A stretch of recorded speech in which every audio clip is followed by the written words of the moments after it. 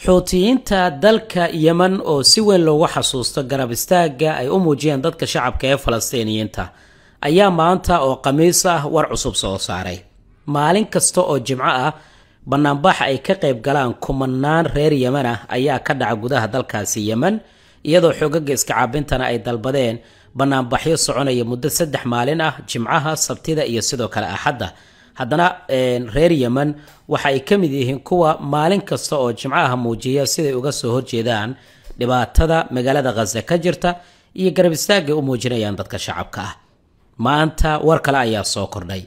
sida warbaahinta Al Jazeera ay baahisay Cabdimalik Al-Houthi ayaa waxa uu shaac ka qaaday in ay ka fakarayaan doorashooyin dheeraad ah iyo sidii lagu kordhin lahaa taageerada ay u hayaan shacabka go'doonsan ee magaalada Gaza. isagoo sheegay inay sidoo kale ay kordhin doonaan weerarka maraakiibta ku wajahan gudaha Israa'iil iyo maraakiibta ay leeyihiin Mareykanka iyo dowladaha kale ee taageera Israa'iil. Cabdimalik Al-Houthi waxa uu hadalkan u jeediyay kadib markii uu ka hadlay howlgalladii ugu dambeeyay oo ay fuliyeen iyo mowqifka rasmiga ah ee Xuutiyiinta dalka Yemen, waxaana uu shaac ka qaaday mar kasta inay dadaal ku bixin doonaan sidii ay garab istaag ugu muujin lahaayeen dadka shacabka ah ee Falastiiniyiinta. Marwa Fertility Center waxaad ka helaysaa daweynta xanuunada keena dhalmala'aanta ragga iyo dumarka. ku dooro baaritaan la hubo, daweyn iyo beerista ubadka IVF oo la xiriir telefoonka shaashada kaaga muuqdo. mahadsanid. marka laga yimaado howlgallada military ee ka dhanka Israa'iil, waxa uu sidoo kale u amaanay shucuubta reer Yemen kuwaas oo ka qayb galaya banaanbaxyadii ugu dambeeyay ee ka dhacay dalka Yemen. waxaa dhinaca kale fariin uu u diray dowladaha caalamka, si gaar ahaaneed dowladaha gobolka ee xuduudaha la wadaaga dalka Yemen. sida ay wakaalada wararka rasmiga ee dowladda Iiraan ay baahisay, hogaamiye Cabdimalik Al-Houthi wuxuu codsi u hordhigay dalalka u dhaxeeya Yemen ilaa marinka Gaza ee xuduudaha la wadaaga marinka Gaza iyo sidoo kale Yemen. wuxuu ka dalbaday in xuduudahooda ay u furaan kumanaan dagaalyahan oo Xuutiyiinta ka socda oo uu sheegay inay u dirayaan gudaha marinka Gaza si ay u jebiyaan go'doominta lagu hayo magaalada Gaza, isla markaana Falastiiniyiinta lagu xasuuqayo gudaha magaalada Gaza ay u taageeraan.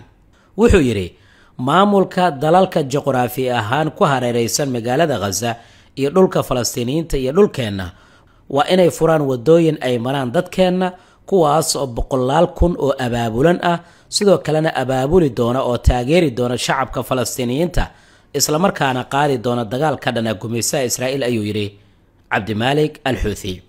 wuxuu hadalkiisa intaa ku daray inay sii wadi doonaan go'doominta ay ku hayaan magaalada Rashrash ama dekada magaalada Eilat oo gabi ahaanba uu sheegay inay sii xirnaan doonto, taasi oo khasaaro weyn oo dhanka maaliyadda gaarsiin doonta Israa'iil. Cabdimalik Al-Houthi waxa uu tilmaamay tan iyo bilowgii dagaalka magaalada Gaza in ay qaadeen 1679 howlgal oo military oo ay ku jiraan diyaaradaha droniska, gantaalada, weerar ay ku qaadeen maraakiibta dagaal iyo dekadaha Israa'iil oo ay ku weerareen diyaarado iyo gantaalo sidoo hadalka u dhigay. sidoo kale wuxuu sheegay in Yemen dhankeeda ay la kulantay 2843 duqeyn oo dhanka cirka iyo badda ah, taasi oo sababtay dhimashada boqolaal shacab oo reer Yemen ah, balse weeraradaasi waxay ku guuldareysteen buu yiri in reer Yemen ay ka hor istaagaan taageerada dadka shacabka ah ee Falastiiniyiinta. bal aragtidaada qaybta hoose ku reeb, miyay kula tahay in dowladaha carabta ay ku hareeraysan marinka Gaza iyo Yemenba inay xuduudahooda furi doonaan si ay reer Yemen u gaaraan dalkaasi ee Falastiin, gaar ahaan marinka Gaza, oo ay kaga qayb galaan dagaalka ka dhanka ah gumaysiga Israa'iil? dhinaca kale, Anthony Witkoff, ergeyga gaarka ee Mareykanka u qaabilsan bariga dhexe, ayaa caawa shaaciyay in gabi ahaanba wafdigii Israa'iil ku matalaya wada hadallada iyo wafdiga Mareykanka ay ka soo laaban doonaan magaalada Dowxa. wuxuu eedeyn u jeediyay xoogagga iska caabinta oo waxa uu yiri ma ahan wax la aqbali karayo dalabaadka ka yimid dhanka xoogagga iska caabinta ee Xamaas.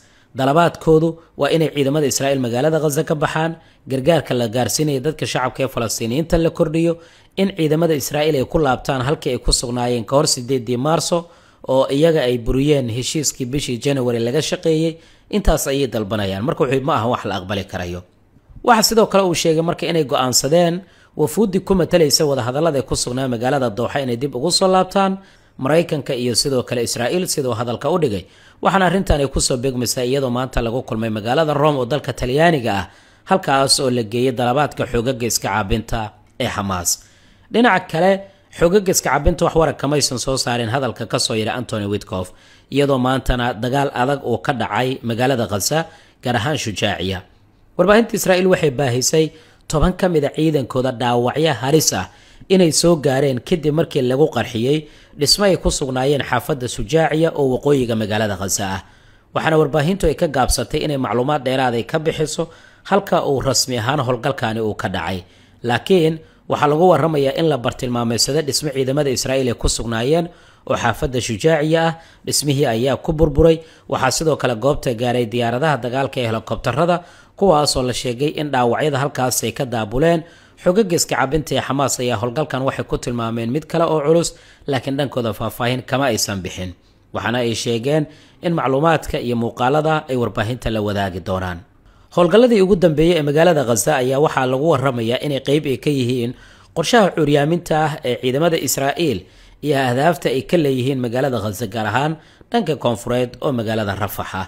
howlgalladii ugu dambeeyey waxaa saraakiisha iyo khubarada militariga ay ku tilmaameen mid muujinaysa awoodda xoogagga iska caabinta ee xamaas weli inay tahay mid jirta, islamarkaana aan laga adkaanin. waan arki doonaa waxyaabaha ka soo kordha barnaamijyadeena kale ayaan kugula wadaagi doonaa insha Allah.